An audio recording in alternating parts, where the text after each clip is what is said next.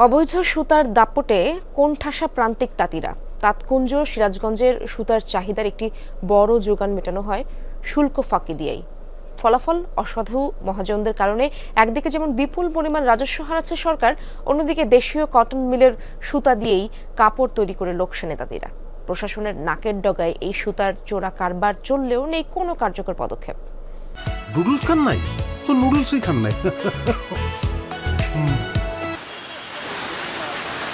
রাত নামলেই সক্রিয় হয়ে ওঠে অবৈধ সুতার কারবারিরা। বিদেশি সুতা কেনাবেচা নিষিদ্ধ হলেও তাঁতশিল্পে সমৃদ্ধ জনপদ সিরাজগঞ্জে চলছে দেদারসে। জেলায় হস্ত ও বিদ্যুৎ চালিত তাঁত রয়েছে প্রায় 5 লাখ। বিপুল সংখ্যক এই তাঁতের জন্য প্রতি সপ্তাহে প্রয়োজন অন্তত 3 লাখ কার্টন সুতা।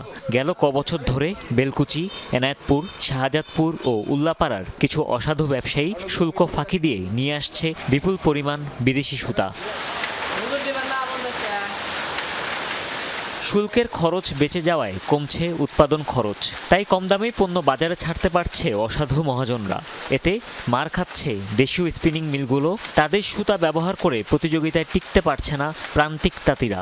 এই সুতাগুলা গার্মেন্টস আলা তাদের বন্ডে আনে, বন্ডে না কাস্টমস ফাঁকি দিয়ে এখানে বিক্রি করে। চিটাগাং থেকে বিভিন্ন জায়গা থেকে বন্ডের সুতা আসে।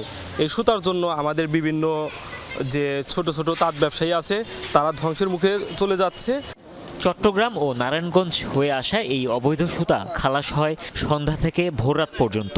এইসব সুতার আনা থেকে গুদামজাত করা পর্যন্ত জড়িত সিন্ডিকেটের সদস্যরা। এই সুতাগুলো নিয়ে আসে রান্ধুনি বাড়ি ইসমাইল হাদি, এই সিরাজগঞ্জ তার গুডাউন, মূলত উনি এদের রাঘব বল। ওই গার্মেন্টসের নাম চালানে লেখা আছে। আমি তো গাড়ির হেল্পার, আমি গাড়িতে আছি। অবৈধ সুতায় কেবল স্থানীয় শিল্পই ধ্বংস হচ্ছে না, একই সাথে বিপুল অঙ্কের রাজস্ব হারাচ্ছে সরকার।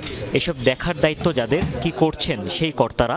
আমদানিকৃত যে সুতা, বন্ডের সুতা আসছে, এই বিষয়ে আমরা পুলিশের নজরদারির সাথে সাথে আমরা নিজেও সজাগ দৃষ্টি রেখেছি। যে দেশ থেকে অনেকটা কেন বৈধ পথে সুতাটা আসুক, যাতে সরকারের রাজস্ব আদায়ে কোনো ধরনের সমস্যা তৈরি না হয়। সিরাজগঞ্জের বাইরের কোনো প্রতিষ্ঠানে এটা পাওয়া যায়, এটা আমাদের গোয়েন্দা তদন্ত করবে, তদন্ত করে সে রিপোর্ট করবে। তাঁত সমিতির হিসাবে লোডশেডিং, অবৈধ সুতার দাপট সহ নানা প্রতিবন্ধকতায় গত 4 মাসে জেলার 10,000-এর মতো তাঁত বন্ধ হয়ে গেছে।